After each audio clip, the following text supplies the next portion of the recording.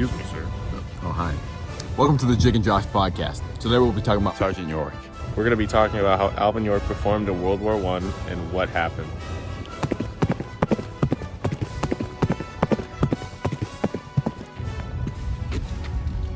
There's a storm a-brewing.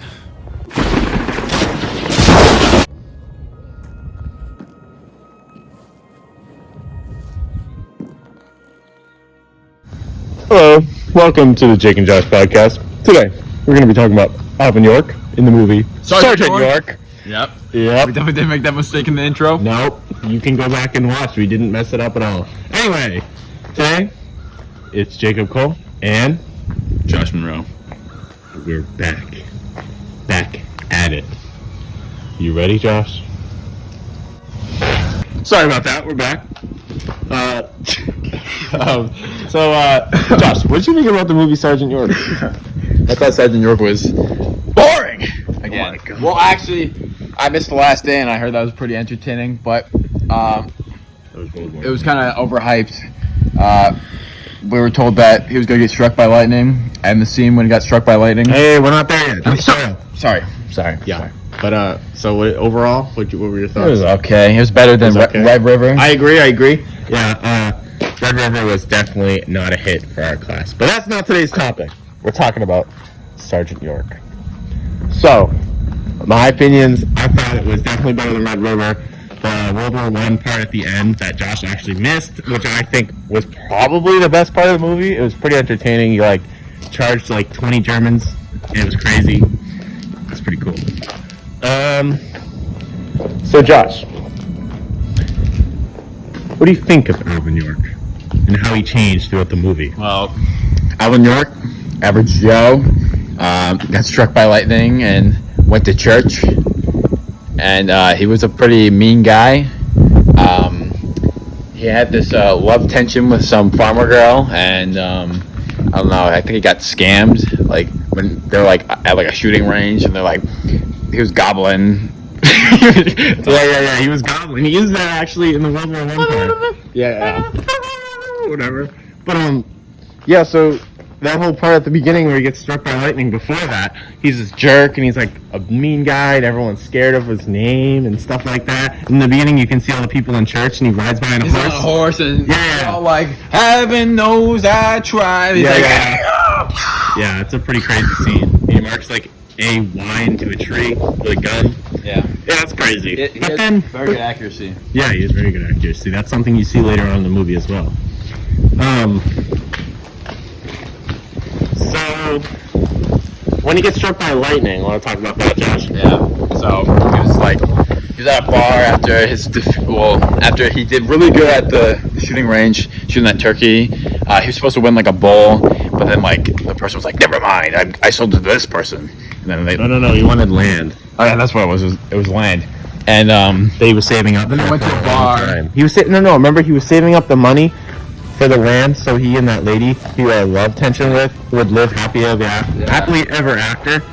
That's what happened, and then the land got sold. And he was very angry. yeah. So he was at a bar with his friends. He was like, "Oh man, I'm going home," and he was all mad. I think he was drunk too. He was drunk, and he went on his horse in what seemed all of a sudden a lightning storm, and he had his 400-foot rifle in his hand. Super big rifle, And it was metal, which obviously he isn't walked by a good. tree that got sliced in half by lightning. He just didn't even get phased by it. He got struck by lightning, and him and his horse went down for the count, and his rifle fell to the ground and peeled in half.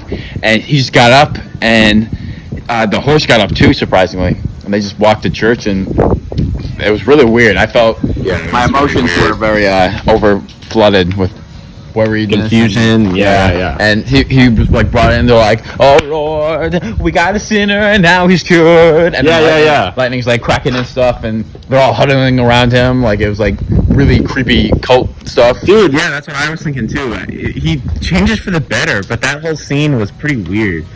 They really they surrounded him, and everyone was singing for him, and from then on out, he was this perfect guy that everyone loved, and he was super nice and helpful, and he was known for the best shot around town. He had Yeah. the best accuracy with his little rifle that he licked his thumb. He's like, and then he just did a little to his sight, and then he just headshot turkeys every time. Yes. So, Josh, I know you weren't here for this part, but do you have anything to put on about like how he affected World War One? Anything like that?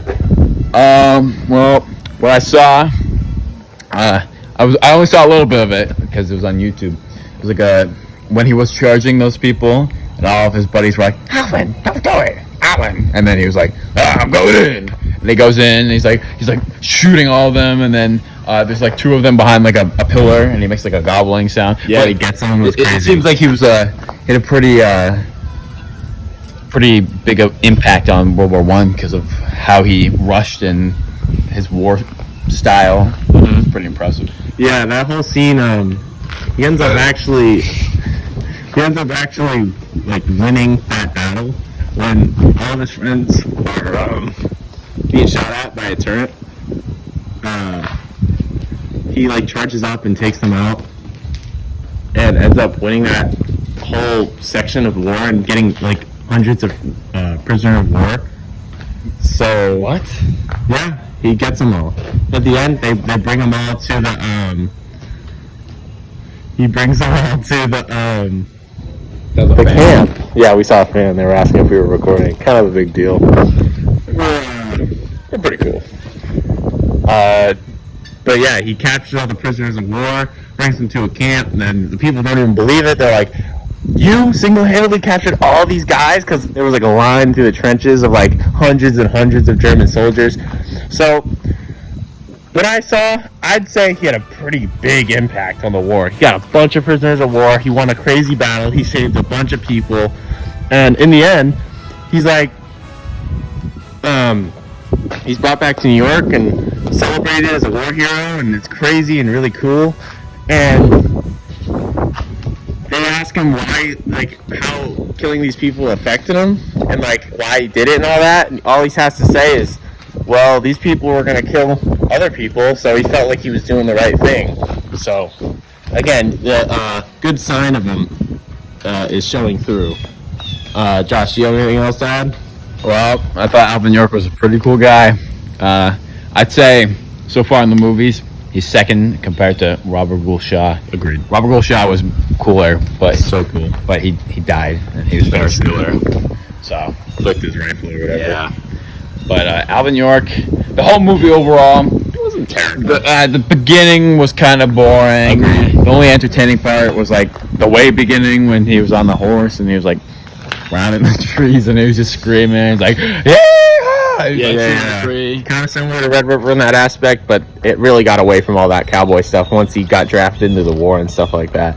Yeah, he turned his life for the better, and he had a great impact on World War One. And in the end, dude, he gets the lady, and the town where he lives ends up building the house of his dreams for him. No way. It was pretty crazy. I missed all of that. That's crazy. You know, Josh really missed the best part of the movie.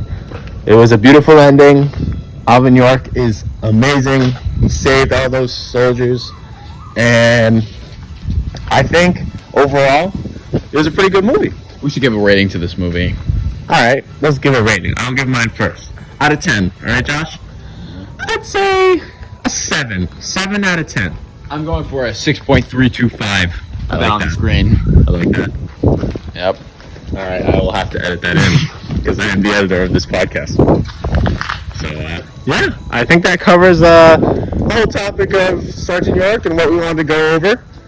Josh, do you have any final messages for the people? So far, it's ranked second, and I'm hoping that we don't watch a black and white movie next. But if we do, that's okay. It's just gotta be entertaining. But overall, Sergeant York, it was okay overall.